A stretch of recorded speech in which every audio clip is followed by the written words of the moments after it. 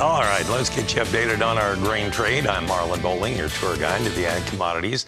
Here we go. Let's take a look at the corn market here with our quotes provided by Bar Chart. Well, we're still mainly weaker, but we are coming back a long ways from our earlier lows. You have March corn now only a half-cent lower at 674.5. And December new crop corn, well, believe it or not, it's back to unchanged at 598.5.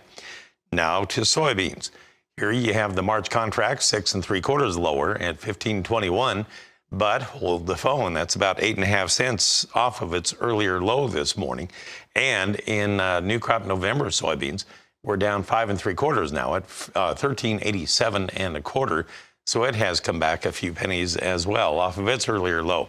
Just a reminder, we did have a sale of corn this morning and a sale of soybeans reported by USDA.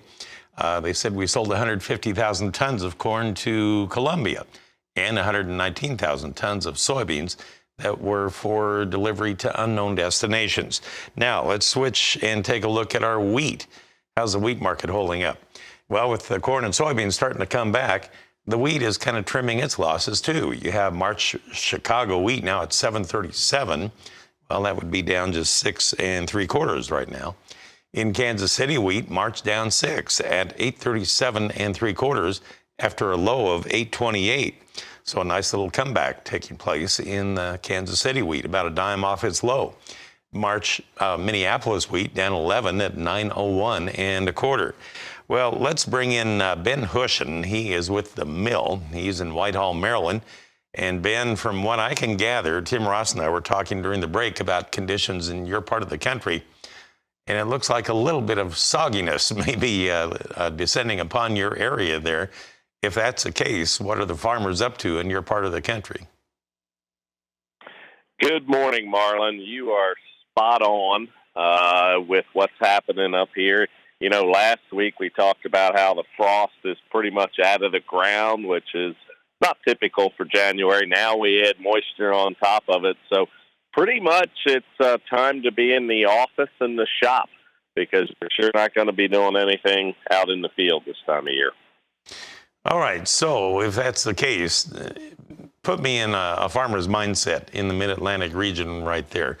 What's on your agenda of things to do here today with the weather like it is? So, Marlon, one of the things that we talk to growers a lot, and it seems like more and more of them are doing it. They're spending time this time of year looking back, looking at those yield monitor, looking at the yield data.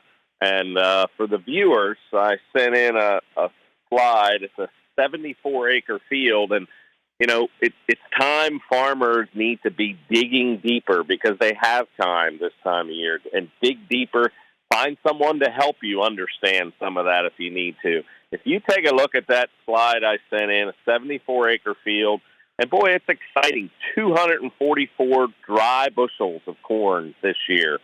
244, and you go, okay, next field, next farm.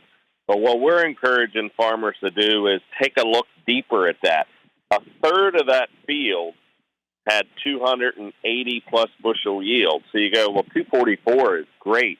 It is, but what are you missing? Because, again, the yellow and green areas of that field, which, again, is about a third of that field, is ranging 160 to 200. So while you can be excited at 244 and flip on to the next page on your yield map, what we're encouraging farmers to do is find a agronomy expert or someone even in their own team and dig into this data. This is their data, their farm.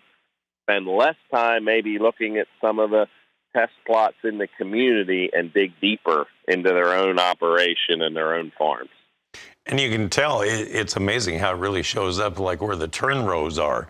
And I assume that probably shows some compaction and that sort of thing. So maybe there's some things that can be done to help mitigate that too, right?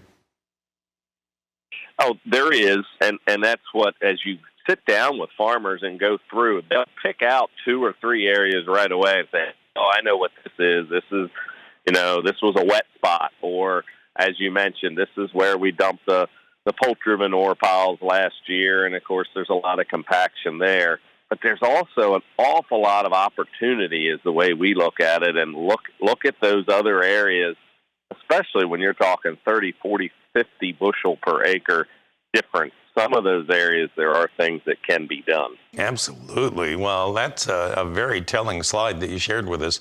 And thanks for keeping us up to date on things that we need to be paying close attention to for the upcoming growing season. Great stuff, Ben. I appreciate it. We'll talk next week. Ben Hushon of the Mill in Whitehall, Maryland. Now we'll pause right here, and I'll get you updated on our latest in the cattle and hog markets right after this.